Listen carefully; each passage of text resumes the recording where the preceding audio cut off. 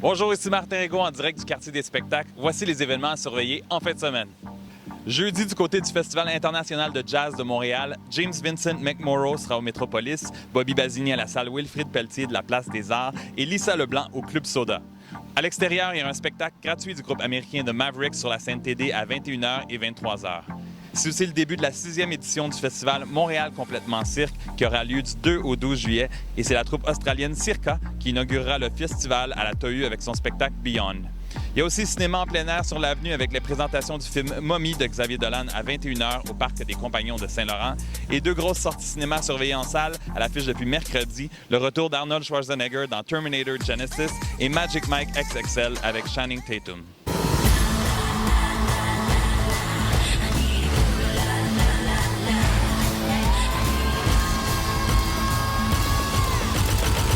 Vendredi, c'est le début de la populaire convention Comic-Con Montréal au Palais des Congrès, avec plusieurs personnalités attendues, incluant des acteurs des séries de Walking Dead et Game of Thrones, vendredi, samedi et dimanche. C'est aussi le premier Poutine Fest de Montréal, vendredi, samedi et dimanche, au quai Jacques-Cartier, de 11h à 23h, et l'entrée est gratuite. Pour la première fois à Montréal, le Festival international de percussion a lieu dans le Vieux-Montréal, et ce jusqu'au 12 juillet, avec plus de 1000 artistes et 150 spectacles. Les Alouettes de Montréal vont affronter les Stampeders de Calgary au stade Percival Molson à 19h30. Rock Voisine sera de passage à Centropolis à 19h dans le cadre des célébrations du 50e anniversaire de la ville de Laval. Du côté du festival de jazz, Jesse Cook sera à la Maison symphonique de Montréal et The Sheepdogs seront au Métropolis. Et à l'extérieur, spectacle gratuit de Florence K sur la scène TD à 21h et 23h. Le groupe rock américain Imagine Dragons s'arrête au Centre Bell avec le groupe canadien Metric en première partie de 19h30. Et autre sortie cinéma surveillée, la comédie dramatique Infinitely Polar Bear avec l'acteur Mark Ruffalo. Our dad is totally polar bear. Bipolar. I'm probably sorry you married him. Never. Samedi, c'est le début du premier de 2 week-ends du monde d'Auto-Québec au parc Jean-Drapeau. Il y a aussi match de l'Impact de Montréal contre le Football Club de New York City au stade Saputo à 20h. L'International des Feux d'Auto-Québec vient de commencer et samedi soir, ce sera le spectacle de l'Angleterre avec comme thème « Vive la différence » à 22h. Et du côté du festival de jazz, Mika donnera 2 spectacles à la salle Wilfrid Pelletier de la Place des Arts avec la Québécoise Charlotte Cardin en première partie, samedi et dimanche à 19h30.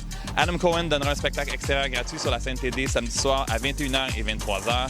Et ce sera aussi la première Québécoise du documentaire Amy sur la vie de la chanteuse britannique Amy Winehouse au cinéma Impérial à 19h. The thing is, I don't think I'm going to be at all famous.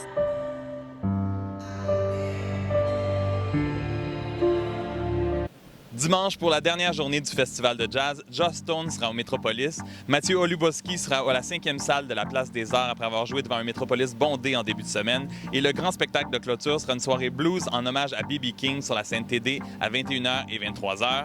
Et pour célébrer le 20e anniversaire du Beach Club, le très populaire DJ hollandais Tiesto donnera un spectacle à Pointe-Calumet vers 16h.